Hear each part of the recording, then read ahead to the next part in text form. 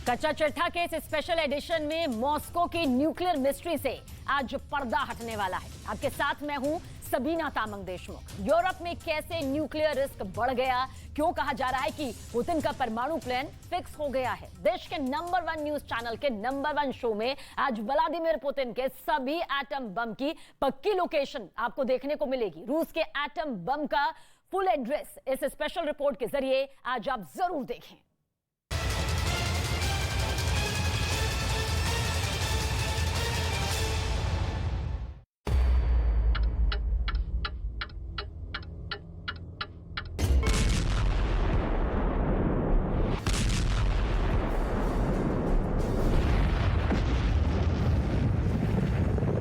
क्या परमाणु प्रहार का काउंटडाउन करीब पहुंच चुका है?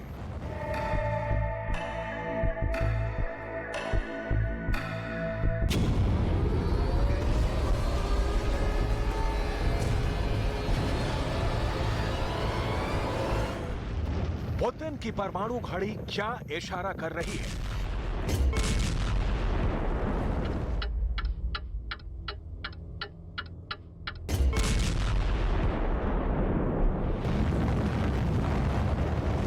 क्या सिर्फ यूक्रेन ही नहीं, यूरोप पर रेडिएशन वाली तबाही की तलवार लटक रही है? क्या यूक्रेन के साथ साथ Poland, Estonia, Latvia, Lithuania, Slovakia, Hungary, Romania और मोल्दोवा भी परमाणु तबाही वाले रेडिएशन के साए में समा सकता है?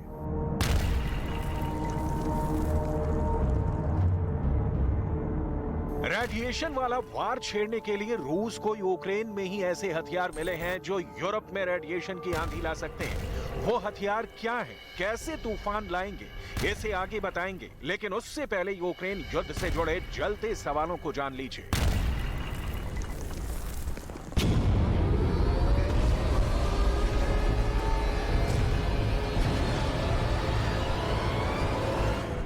यूक्रेन की लड़ाई में अब आगे क्या होने वाला है?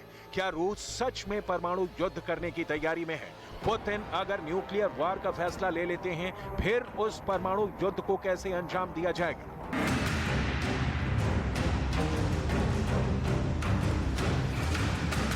मौका परमाणु युद्ध का आया तो क्या होगा? रूस क्या करेगा? और सबसे पहले और बड़ी बात, आखिर व्लादिमीर पुतिन क्या करेंगे?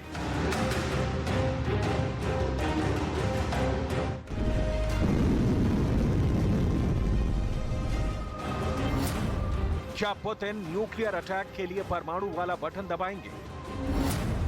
अगर पुतिन ने फैसला कर लिया कि परमाणु हमला करना ही है और कोई रास्ता नहीं है, तो पुतिन ऑर्डर कैसे देंगे? रूस का परमाणु बम कैसे लॉन्च होगा? क्या पुतिन अपने खुफिया परमाणु तहखाने में जाएंगे? क्या इसी अंडरग्राउंड फैसिलिटी से पुतिन रूस की सबसे खतरनाक मिसाइल लॉन्च करने का ऑर्डर देंगे?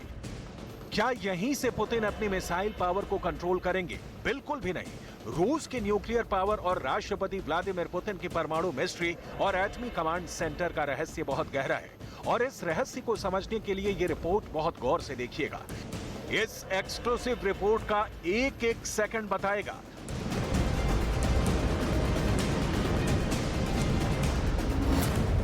रूस की परमाणु पावर पुतिन के ऑर्डर से लेकर लॉन्चिंग पैड तक कैसे पहुंचती है, और कैसे दागा जाएगा दुनिया का सबसे खतरनाक परमाणु बम।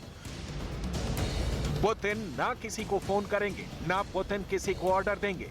व्लादिमीर पुतिन बस एक सीक्रेट बटन दबाएंगे, और सबसे बड़ी बात यह कि ऐसा बटन पुतिन की टेबल पर नहीं है, ऐसा बटन किसी कमांड सेंटर में नहीं है। यह बटन है पुतिन के बहुत ही सीक्रेट लेकिन पावरफुल ब्रीफकेस में। पुतिन के उस पावरफुल ब्रीफकेस की न्यूक्लियर कोडिंग कैसे काम करती है, उसके बारे में भी बताएंगे। लेकिन पुतिन के परमाणु प्लान से जुड़े सवालात यहीं खत्म नहीं होते। क्या पुतिन अपनी सबसे खतरनाक मिसाइलों को लॉन्च करेंगे? ये वो मिसाइल हैं जो इस वक्त पूरी तरह एक्टिव हैं। पुतिन के परमाणु तहखाने पर इस स्पेशल रिपोर्ट को बहुत गौर से देखिएगा। पुतिन के शस्त्रागार में ऐसी ऐसी मिसाइलें हैं जिनका टारगेट यूक्रेन, यूरोप या रूस ही नहीं, दुनिया की तबाही तक पहुंच सकता है। इसलिए पुतिन की महाशक्तिशाली परमाणु मिसाइल से पूरी दुनिया टेंशन में है। पुतिन के परमाणु तहखाने में मोबाइल लॉन्चर वाले इस्कंदर मिसाइल है। इसकी रेंज 500 किलोमीटर है। बहुत ही घातक मिसाइल है ये। पनडुब्बी से दागी जाने वाली बुलावा मिसाइल की रेंज 8000 किलोमीटर से भी ज्यादा है। RS-36 सैटर्न, जिसे पुतिन का शैतान भी कहते हैं, रेंज सबसे ज्यादा 16000 किलोमीटर। RS-28 सरमाद, इसकी रेंज 10000 किलोमीटर से भी ज्यादा है। इसमें रूस की शैतान या सैटर्न RS-36 मिसाइल के 4 मिलिट्री बेस हैं, जो बहुत ही सीक्रेट माने जाते हैं। RS-36 को रूस के अलेक्स मिलिट्री बेस, डोम्बारोवस्की, कारताली और उजूर से लॉन्च किया जा सकता है। 16000 किलोमीटर की रेंज का मतलब है कि यहां से अमेरिका के कोने कोने तक परमाणु हमला मुमकिन है। ऐसे में CIA से लेकर ब्रिटिश इंटेलिजेंस सब ये जानना चाहते हैं कि पुतिन ने आखिर अपने ये एटम बम कहां छुपाए हैं। पुतिन सबसे बड़ा अटैक कहां से लॉन्च करेंगे, क्योंकि पुतिन के ऑफिस ने खुल्लम खुल्ला बोल दिया है कि रूस के अस्तित्व पर खतरा आया तो परमाणु बम इस्तेमाल नहीं होगा। इसकी कोई गारंटी नहीं दी जा सकती। यूक्रेन के मददगार देशों की गुटबाजी को देखकर पुतिन ने अपने परमाणु तहखाने का दरवाजा तक खोल देने की धमकी तक दे डाली थी।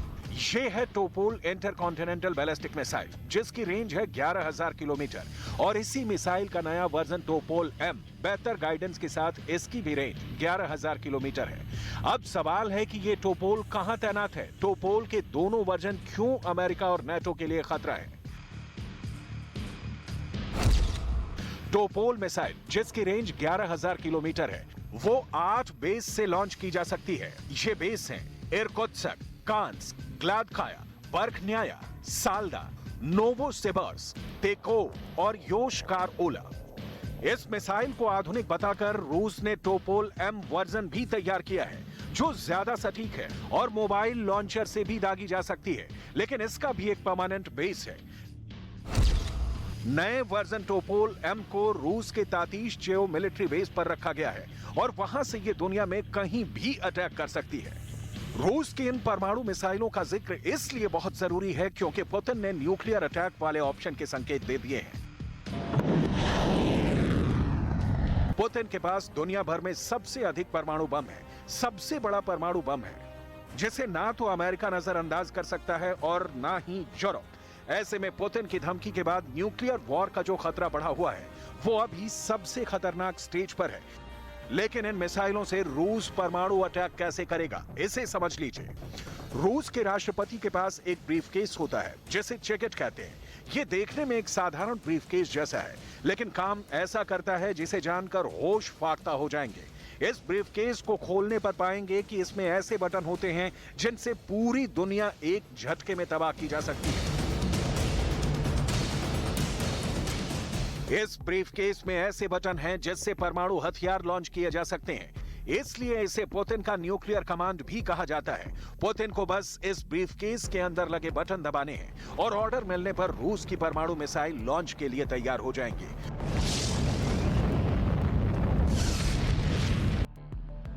पुतिन चेकेट का बटन दबाएंगे, इस्कंदर मिसाइल लॉन्च होगी, range 500 kilometre. RS-36 Saturn launch होगी, रेंज सबसे ज्यादा 16000 किलोमीटर। RS-28 सरमाद का ऑप्शन भी है, रेंज 10000 किलोमीटर। RS-24 यार्स भी है, range 11000 kilometre. UR-100 Stiletto, range 10000 kilometre. Topol भी है, रेंज है 11000 किलोमीटर। टोपोल का भी नया वर्जन टोपोल M, इसकी भी रेंज 11000 किलोमीटर और पनडुब्बी से दागी जाने वाली बुलावा मिसाइल, रेंज 8000 किलोमीटर।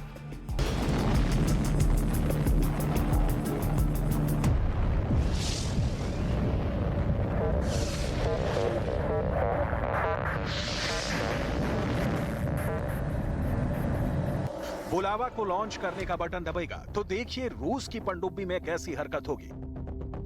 प्रेसिडेंट की तरफ से लॉन्च कोड मिलने के बाद बोरई क्लास पनडुब्बी में तैनात नौसैनिक कोड मिलाएंगे। सबमरीन कमांडर से तस्दीक की जाएगी कि ये लॉन्चिंग का असली ऑर्डर है और फिर दबाया जाएगा परमाणु अटैक का बटन। इसके बाद दनादन समंदर के अंदर से 8000 किलोमीटर रेंज वाली बुलावा निकलेंगी और यूक्रेन को तबाह कर देंगी। लेकिन यूक्रेन में ही पुतिन के पास ऐसा परमाणु हथियार है जो यूरोप में रेडिएशन वाली तबाही ला सकता है।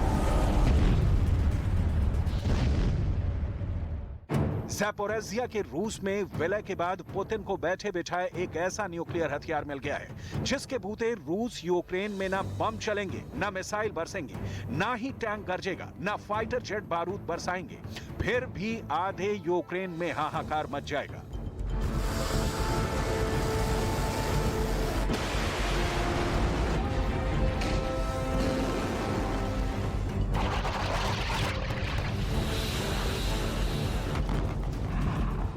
बिना एटम बम फटे ही यूक्रेन के पड़ोसी देशों में रेडिएशन फैल जाएगा।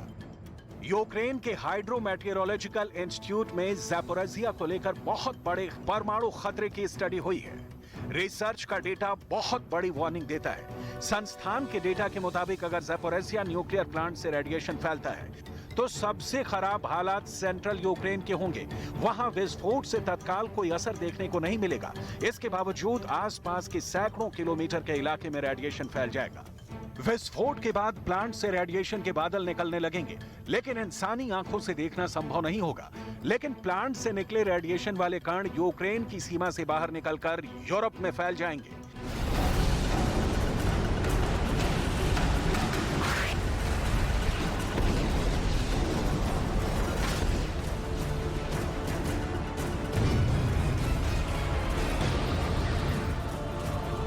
इसमें Estonia, Latvia, Lithuania, Poland, Slovakia, Hungary, Romania और मोल्दोवा जैसे देश शामिल होंगे जहां रेडिएशन का खतरा बढ़ जाएगा। पोलैंड इस वजह से भी चिंतित है। यही वजह है कि वो अमेरिका से अपने देश में परमाणु हथियार लगाने की मांग कर रहा है। पोलैंड और उसके कई पड़ोसी देश नाटो के सदस्य हैं। ऐसे में अगर यहां रेडिएशन फैला तो युद्ध रूस वर्सेस नाटो में भी बदल सकता है, जो यूक्रेन युद्ध से कई गुना ज्यादा खतरनाक होगा। और युद्ध अगर परमाणु युद्ध में बदल गया तो यूरोप में मौजूद अमेरिका के सभी न्यूक्लियर बेस पर एटमी सायरन बज जाएगा।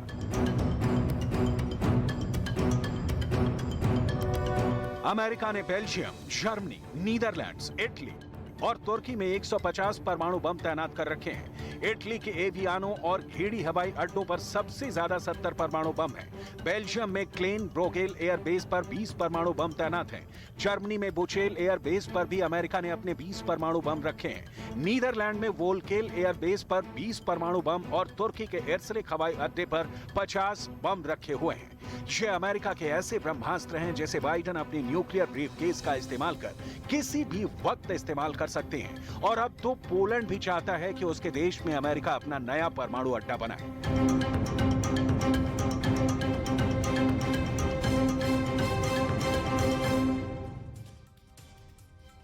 तो महायुद्ध में आखिर अब क्या होने वाला है, इसका सिग्नल आज पुतिन के एक जनरल ने सीधे यूरोप भेज दिया है, जिसमें शामिल है खून के कुछ छींटे, नरकंकाल और इंसानी खोपड़ियां। युद्ध के बीच में यूरोप के इस खौफनाक संदेश में व्लादिमीर पुतिन की आर्मी का आखिर क्या कहना है, वो क्या कहना चाहती है, आखिर वो कौन सा वॉर गिफ्ट है जिसकी चर्चा पूरी दुनिया में अखबारों में हो रही है। क्या है महायुद्ध में ये नया मोड़, देखिए हमारे इस स्पेशल रिपोर्ट के जरिए।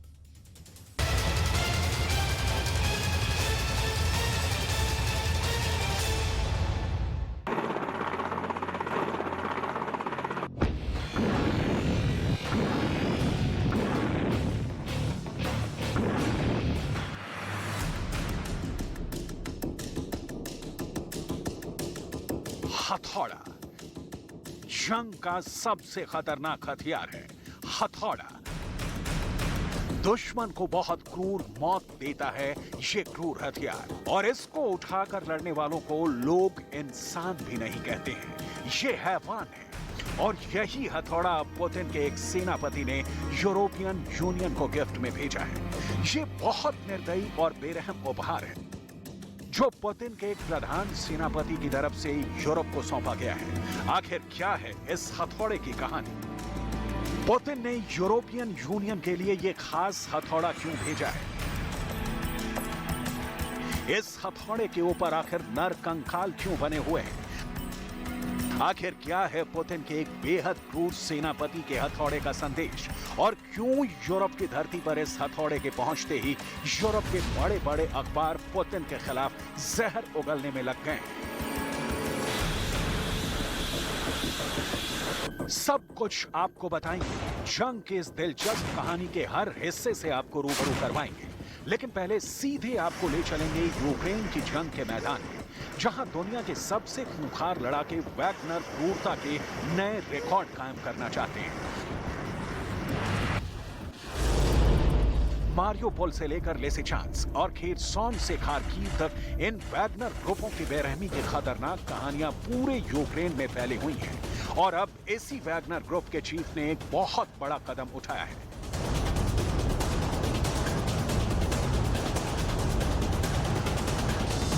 वैगनर ग्रुप के चीफ येवगेनी प्रिगोजिन को अपनी खतरनाक और सनकी करतूतों के लिए जाना जाता है, और ऐसा ही एक स्टंट एक बार फिर वैगनर ग्रुप के चीफ ने अंजाम दिया है।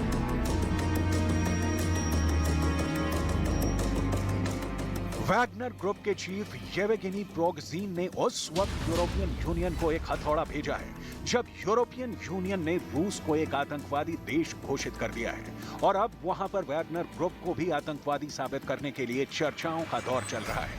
यूरोप के इस प्रहार को वैगनर ग्रुप का येवगेनी प्रिगोजिन सह नहीं पाया, और उसने अपने ही अंदाज में यूरोपियन यूनियन को चेतावनी भरा संदेश भेजा है। वैगनर ग्रुप के चीफ प्रिगोजिन के प्रतिनिधि ने यह हथौड़ा एक वायलेंट केस में भेजा है।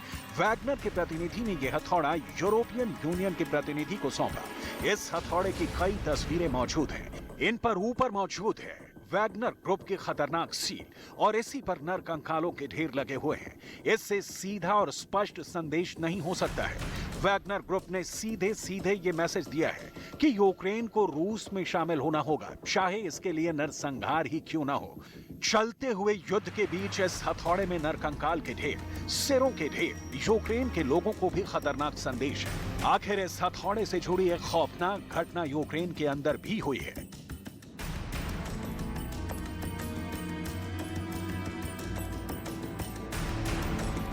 दरअसल एक बेहद खतरनाक वीडियो आया था जिसमें दिखाया गया था कि वैगनर ग्रुप एक रूस के सैनिक को ही हथौड़े से मार रहे थे। आखिर रूस के सैनिक को वैगनर क्यों मार रहे थे, ये सवाल उस वक्त उठा था। तब वैगनर के चीफ येवगेनी प्रिगोजिन ने जवाब दिया था कि ये रूस का ही एक सैनिक है, और वैगनर अपने ही सैनिक को इसलिए मार रहे हैं क्योंकि ये सैनिक यूक्रेन के सैनिकों से मिल गया है और इसे हथौड़े से मारकर गद्दारी की सजा दी जा रही है।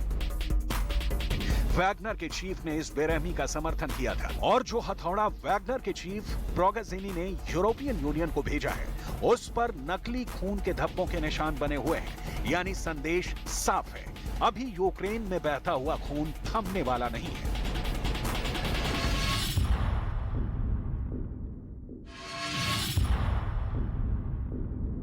आखिर कौन है इस खतरनाक वैगनर ग्रुप का संस्थापक येवगेनी प्रिगोजिन?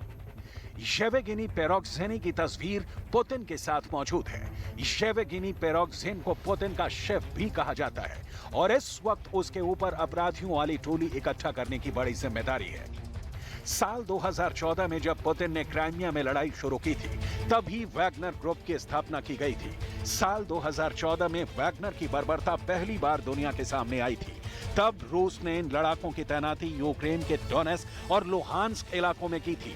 उस वक्त भी इनके निशाने पर यूक्रेन की सेना थी, और 8 साल बाद एक बार फिर यूक्रेन पहुंच गए।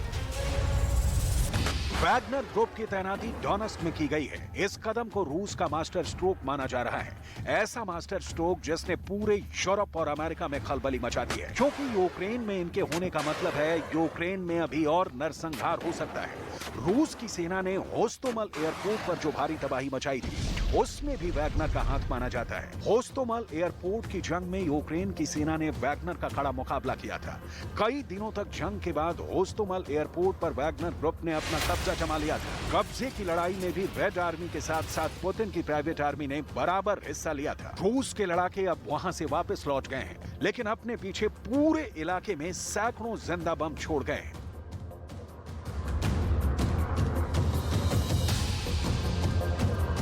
पुतिन ने साल 2017 में इन वैगनर लड़ाकों को सीरिया की जंग के लिए भेजा था। वहां इन वैगनर लड़ाकों ने बशर अल असद के लिए काम किया।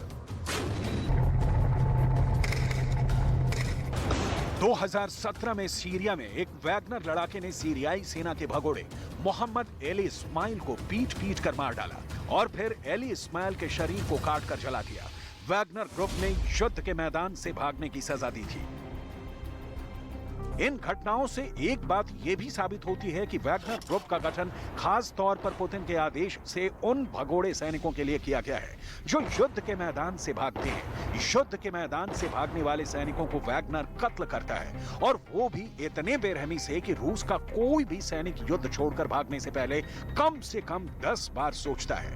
वैगनर का आतंक सीरिया के अंदर इस कदर बढ़ गया था कि खुद अमेरिका की सेना को ठोस फैसला लेना पड़ा और सीधे वैगनर पर कार्रवाई करनी पड़ी।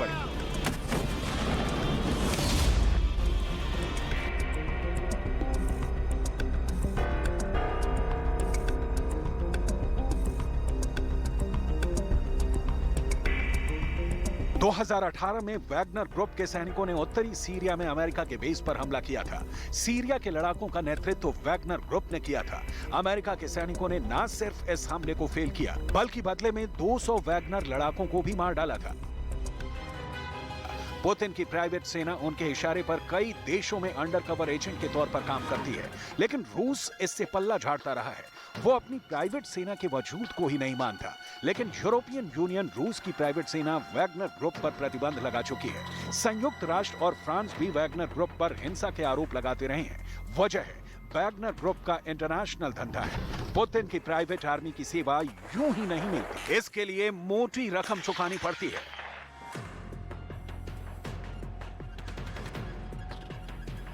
वैगनर ग्रुप के सैनिक फिलहाल मध्य अफ्रीकी देश CAR यानी सेंट्रल अफ्रीकन रिपब्लिक में मोर्चा संभाले हुए हैं। हाल ही में हुई एक जांच में यह सामने आया था कि रूस ने अपने पड़ोसी बेलारूस में 2020 के राष्ट्रपति चुनाव के दौरान वैगनर ग्रुप के 200 से ज्यादा प्राइवेट सैनिक भेजे थे। इतना ही नहीं, रूस ने सीरिया में भी किराए के इन सैनिकों को छोड़ा हुआ है। वैगनर ग्रुप जिस भी देश में जाता है अपने काम के लिए तगड़े पैसे वसूल करता है। दावा तो यहां तक है कि रूस के इन किराए के सैनिकों ने IS के आतंकियों से सीरिया के गैस और तेल के कुओं से कब्जा छुड़ाने की एवज में तेल के कुछ कुएं ही रख लिए थे और अब दक्षिण पूर्वी यूक्रेन में खून बहाने के लिए डोनेस्क में डटे हुए हैं।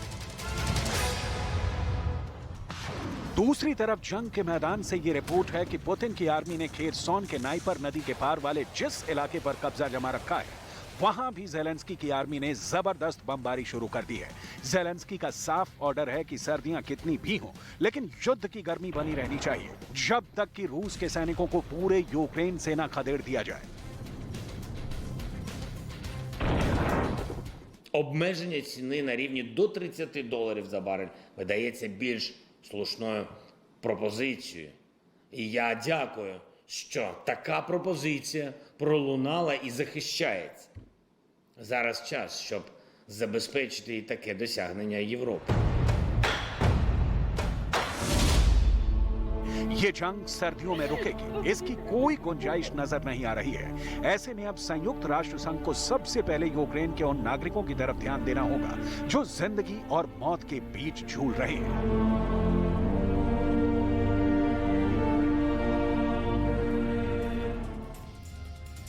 तो खेरसोन वाली हार का बदला लेने के लिए रूस बड़ी प्लानिंग कर रहा है। रूस के प्रेसिडेंट पुतिन ने अपने सबसे खतरनाक मिसाइल का प्रोडक्शन और भी ज्यादा तेज करने का ऑर्डर निकाला है। इस मिसाइल को दुनिया का सबसे घातक मिसाइल कहा जाता है, जिसे ना तो अमेरिका और ना ही नेटो का एयर डिफेंस सिस्टम जो है वो डिटेक्ट कर सकता है। पुतिन की यह मिसाइल यूक्रेन को मिल रही जीत को हार में बदलने की ताकत रखती है। ज़ेलेंस्की को जलाने वाले इस मिसाइल की आखिर क्या खासियत है, इस स्पेशल रिपोर्ट के जरिए आज आप जान जाएंगे।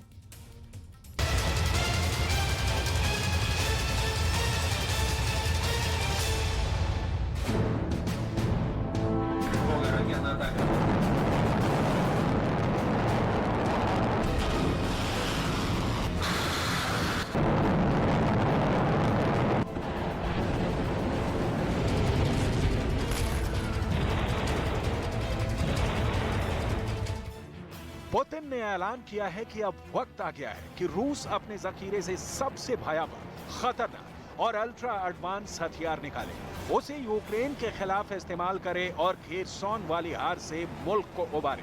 पुतिन ने ऑर्डर दिया है कि वर्ल्ड की मोस्ट डेंजरस मिसाइल का प्रोडक्शन और तेज किया जाए। यूक्रेन में फिल वक्त ही तबाही का वो दृश्य है जिसे बयान करते शब्द कांप जाएंगे।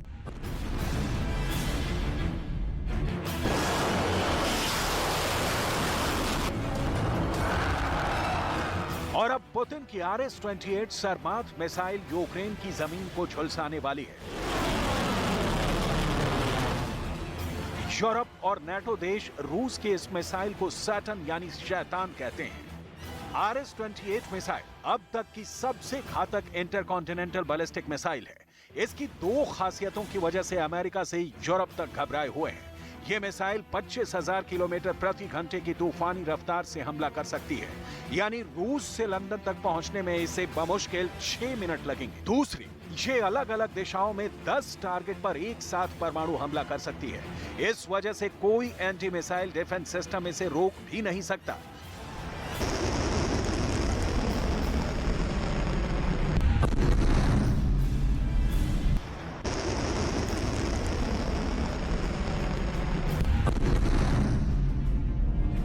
रूस ने इसी साल अप्रैल में RS-28 का पहला परीक्षण किया था और अभी कुछ दिनों पहले इस मिसाइल का रूस ने दूसरा सफल टेस्ट किया है। इसके बाद ही रूस ने इस मिसाइल के बड़े पैमाने पर प्रोडक्शन का ऐलान किया। जाहिर है, यह खबर ज़ेलेंस्की के लिए बहुत बुरी है। रूस की मीडिया के मुताबिक यह मिसाइल अपने साथ 10 टन तक का पेलोड ले जा सकती है। इसमें 10 बड़े वॉरहेड, 16 छोटे वॉरहेड फिट हो सकते हैं। हाइपरसोनिक ग्लाइडेड व्हीकल कैरी करने में सक्षम ये पहली मिसाइल है। हाइपरसोनिक ग्लाइड व्हीकल मिसाइल को हाई स्पीड देने के साथ अमेरिका के थार्ड डिफेंस सिस्टम से भी रक्षा करेगा।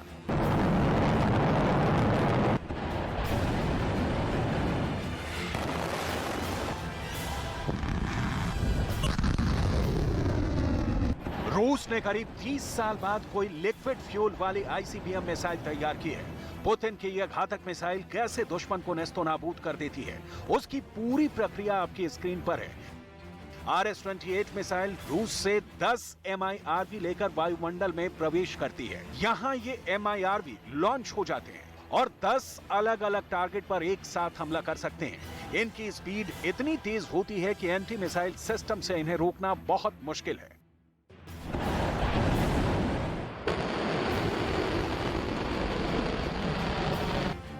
MIRV यानी multiple independently targetable re entry vehicle को समझना बहुत जरूरी है, क्योंकि यह सिस्टम फिलहाल दुनिया के सिर्फ 5 देशों के पास है।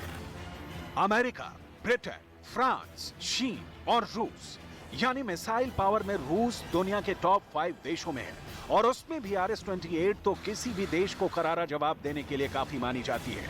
आपको MIRV यानी multiple independently targetable re entry vehicle की जानकारी होनी बहुत जरूरी है।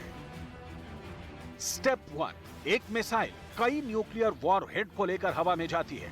स्टेप 2, MIRV एक साथ लॉन्च होकर कई अलग अलग टारगेट को तबाह कर देते हैं।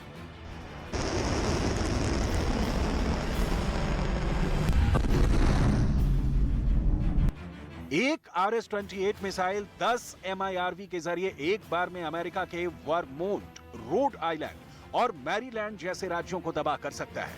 रूस इस मिसाइल को अपने पूर्वी साइबेरिया स्थित फैक्ट्री में बनाता है। इस फैक्ट्री को डूम्सडे प्लांट कहा जाता है। रूस 46 RS-28 मिसाइल बनाने की तैयारी कर रहा है। इन मिसाइलों को रूस नाटो के लिए तोहफा कहता है। 2018 में रूस के राष्ट्रपति व्लादिमीर पुतिन ने कहा था कि हमने एक ऐसी परमाणु मिसाइल तैयार कर ली है जो पूरी दुनिया में कहीं भी मार कर सकती है। रूस के इस मिसाइल को यूरोप और एशिया में बिछे अमेरिकी सिस्टम भी नहीं रोक सकते। रूस के खिलाफ अगर कोई परमाणु हथियार निकालेगा तो रूस दोगुने ताकत से उसका फौरन जवाब देगा।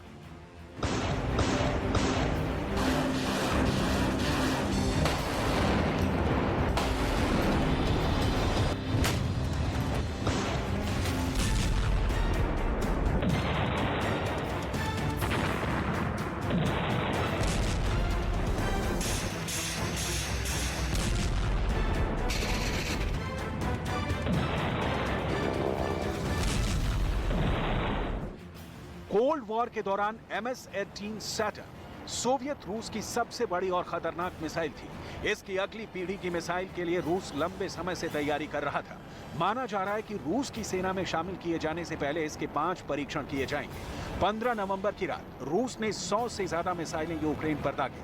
अब तक रूस की मिसाइलों ने पूरे यूक्रेन में कई कब्रें तैयार कर दी हैं। पुतिन की ये मिसाइल यूक्रेन की बर्बादी की अब अलग अलग दास्तान लिखने वाली है, क्योंकि इसे ना तो अमेरिका रोक पाएगा ना नाटो।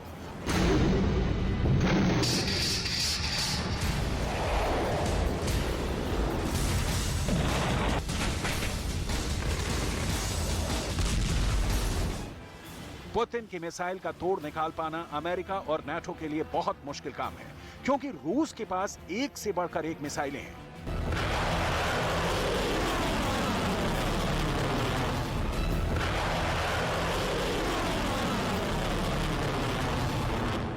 जिसमें किंजल भी शामिल है। पुतिन की बहुत खतरनाक मिसाइल किंजल की मारक क्षमता 2000 किलोमीटर, आवाज से 10 गुना ज्यादा स्पीड से चलती है। नाटो देशों पर हमले के लिए किंजल को ज्यादा से ज्यादा 10 मिनट लगेंगे।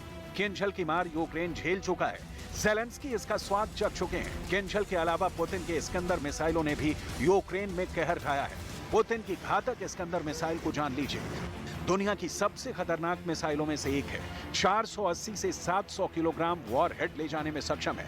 मिसाइल की गति 5.9 मैक है, यानी आवाज से 5 गुना तेज स्पीड। न्यूक्लियर वॉरहेड ले जाने में सक्षम है। ज़ेलेंस्की ने युद्ध की शुरुआत में पुतिन के टैंकों को अमेरिका से मांगे ज़ैवलिन से दबा कर दिया। यूक्रेन पुतिन के टैंकों के लिए कब्रिस्तान बन गया। इसके बाद पुतिन ने अपनी मिसाइलों को काम पर लगाया। हालांकि इसका भी मनचाहा रिजल्ट पुतिन के हाथ नहीं आ सका है। यहां तक कि पुतिन की महाशक्तिशाली कैलिबर मिसाइलें भी ज़ेलेंस्की के सीने को दहला नहीं सकी हैं। जबकि कैलिबर की मारक क्षमता है 1500 से 2000 किलोमीटर तक।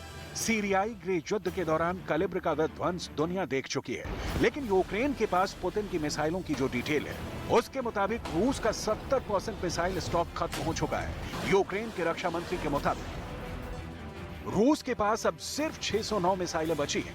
हालांकि यूक्रेन के इस दावे का सच संदेह में है। इसकी कोई इंडिपेंडेंट इन्वेस्टिगेशन नहीं हुई है।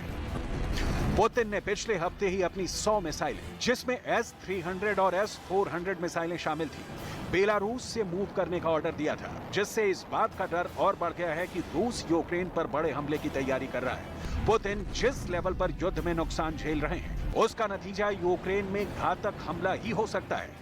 फोर्ब्स की रिपोर्ट में कहा गया है कि रूस ने फरवरी महीने से अभी तक यूक्रेन से युद्ध लड़ने में खर्च अपने देश के सालाना बजट का 1/4 हिस्सा खर्च कर दिया है। पुतिन ने ज़ेलेंस्की को झुकाने के लिए अब तक जो यत्न किए हैं, जिस तरह के हमले किए हैं, जो युद्ध नीति अख्तियार की है, उसका रिजल्ट 100% नहीं रहा।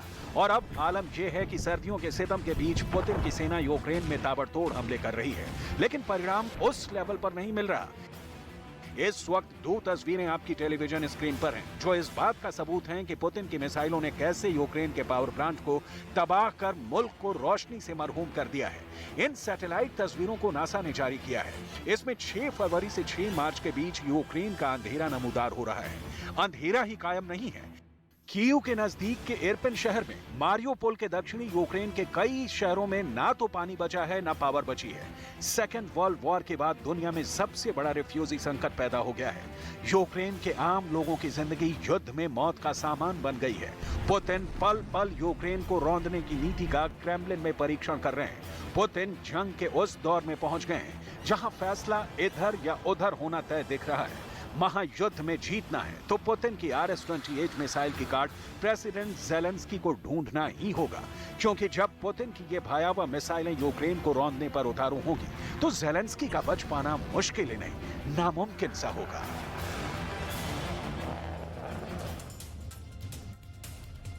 देखिए, एक तरफ रूस कीव पर ताबड़तोड़ मिसाइल अटैक कर रहा है और यूक्रेन को कीव में ही उलझाने की कोशिश में लगा हुआ है, तो वहीं दूसरी तरफ पुतिन ने ज़ेलेंस्की को खेरसोन में बड़ा झटका देने की तैयारी कर रखी है। दावा किया गया कि रूस की सेना खेरसोन से पीछे हटी नहीं है और ठंड में जंग की तैयारी यहां की जा रही है।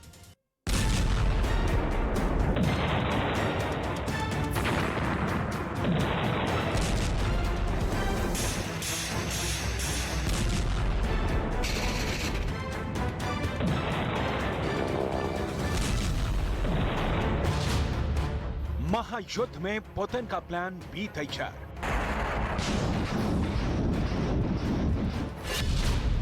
खेरसॉन में डटी है पुतिन की सेना। Самолетов на боевом курсе. ठंड में बदलेगा युद्ध का प्लान। सही सुना आपने, पुतिन ने खेरसॉन फतह के लिए प्लान भी तैयार किया है। दावा किया गया कि पुतिन के सैनिक खेरसॉन से नहीं हटे हैं और सर्दियों में यूक्रेन की सेना से लड़ने की तैयारी कर रही है। कुछ दिन पहले यूक्रेन ने दावा किया था कि उसने खेरसॉन से रूस के सैनिकों को खदेड़ दिया है और इसी बौखलाहट में रूस की सेना ने कुछ दिन पहले खेरसॉन पर ताबड़तोड़ हमले किए थे।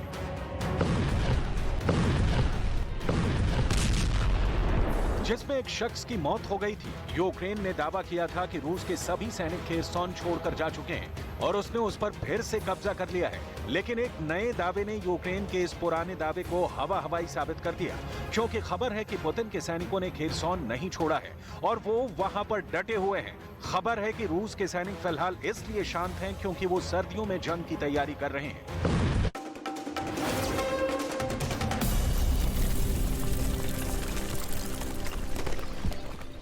न्यूज 18 इंडिया लेकर आया है अपने दर्शकों के लिए मौका अपने पसंदीदा सुपरस्टार से मिलने का। 882471 पर मिस्ड कॉल दें और कॉन्टेस्ट में हिस्सा लें। ना बड़े पर्दे पर, ना OTT प्लेटफॉर्म पर, इस साल की सबसे बड़ी ब्लॉकबस्टर, सबसे बड़े सुपरस्टार्स के साथ न्यूज 18 शो रील, सिर्फ न्यूज 18 इंडिया पर।